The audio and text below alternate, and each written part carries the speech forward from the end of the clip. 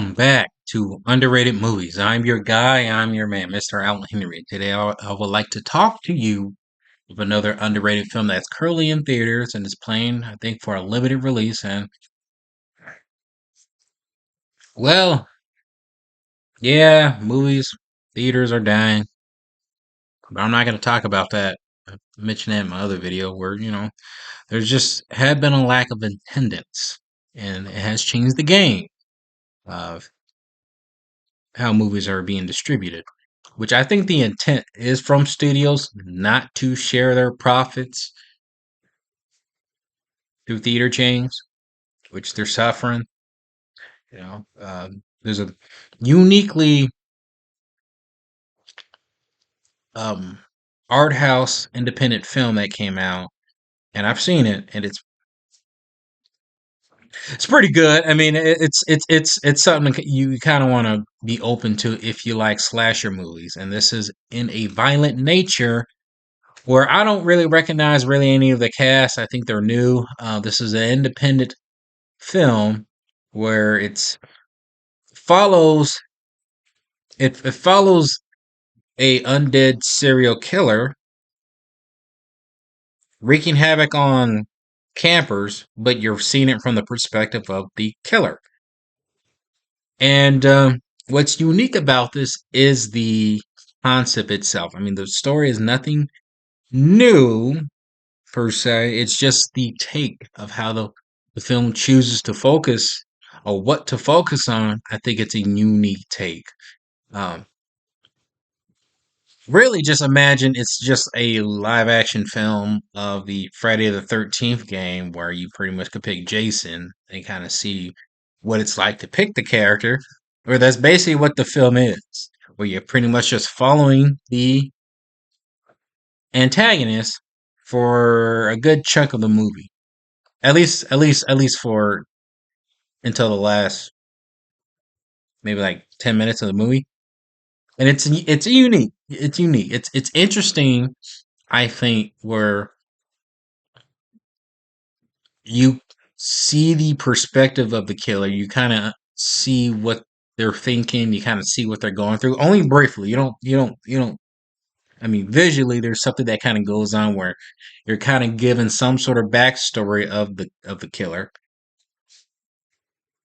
and then they do introduce all these uniquely cliches of the 80s slasher movies of some sort of urban legend. They basically throw everything in the book of what you've seen from those kind of slasher movies, but but you've seen it from the perspective of the killer. And first off, I would like to say for those who want a little bit, I guess, more interaction, especially when it comes to character, you're not gonna get that with this film because you're following a muted character for quite some time. And the film does somewhat switch back and forth from the killer to the uh, victims, and they do that, I think, to kind of to allow you to kind of get to know the victims a bit more. But they do it without allowing you to forget the lore of what they're building around the serial killer. They make sure you don't forget that. And I ain't gonna lie to you. It's basically Jason, but he's wearing a different mask. And it's not like there's anything uniquely different from that or Jason. And instead of machete, he uses a hook and uses some sort of anchor swimsuit mask. But the kills are pretty aggressive. There's one in particular dealing with a yoga camper, and it's brutal. Maybe a little bit exaggerated, but when I saw that scene, it did make me cringe. I will say this though, there are a lot of moments in here that actually reminds me of. I mean, it gets a little artsy You do got to be a little bit patient with this movie because there are times where the camera kind of just does linger on a certain shot for at least a minute or two from the perspective of the killer. And I'm not gonna lie to you, I love that the filmmaker chose to do that because it does give some sort of weird, uncomfortable effect of just eeriness and bleakness, and it's very uncomfortable to kind of see it.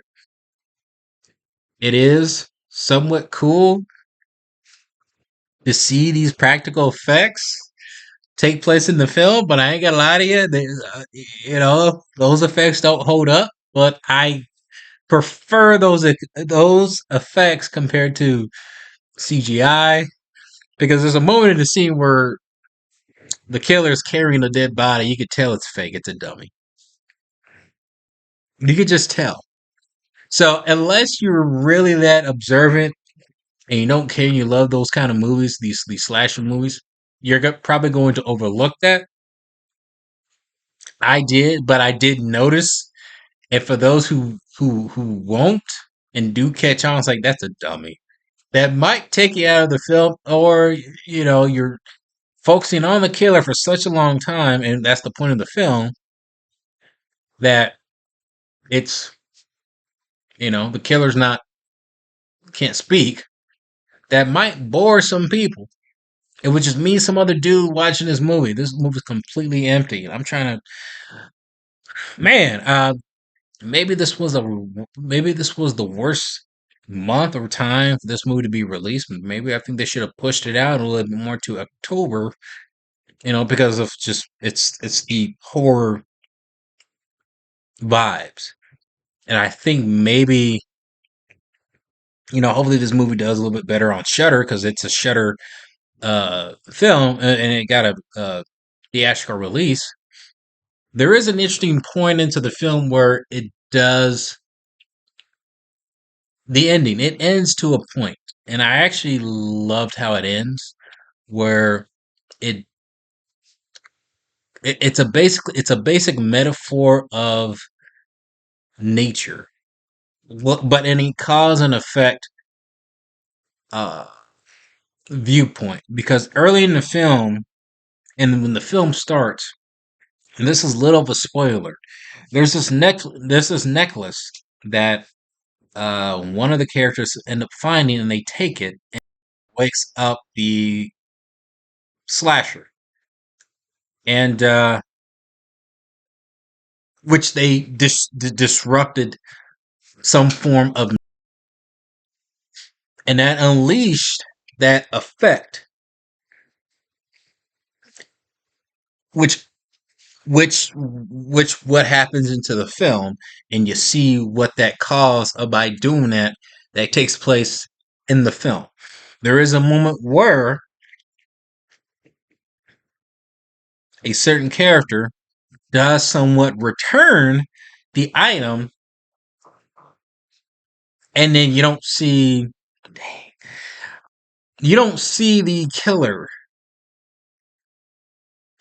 after that, or maybe you do, or maybe you do.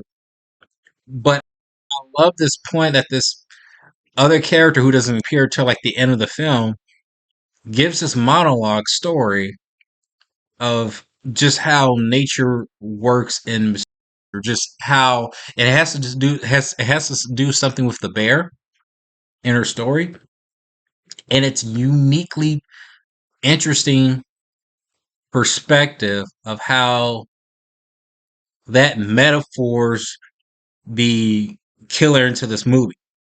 And I thought that was very profound, where if you disrupt nature, or if you disrupt something within that nature, it's going to retaliate. It's going to fight back. It's that cause and effect kind of idea, and that was interesting that that scene took place in that film, and I love that it did that to make a point, which was very fascinating with this movie. Now, is everybody gonna like this movie? No. Okay, there are some gory scenes in here, which I do like that gore, but there are parts in here where they, you know, some people might not find it engaging compared to other horror films because this film and it's advertised in the trailer, you're you're on the perspective of the killer pretty much for the whole film. For the whole film, you're pretty you know. So there's not really any character development. It's sometimes the acting in it's not too great. But it's a more of a film executing an interesting premise in a different way. Well, maybe not the premise. It's executing it in a very different way, and it's that I think what keeps it very interesting. I do recommend it, especially if you're a big horror fan. I mean, I love watching horror films, but I can tell you this one you don't want to miss. In a Violent Nature, have you seen it? Comment below, let me know if you have, and let me know what is your favorite underrated movie.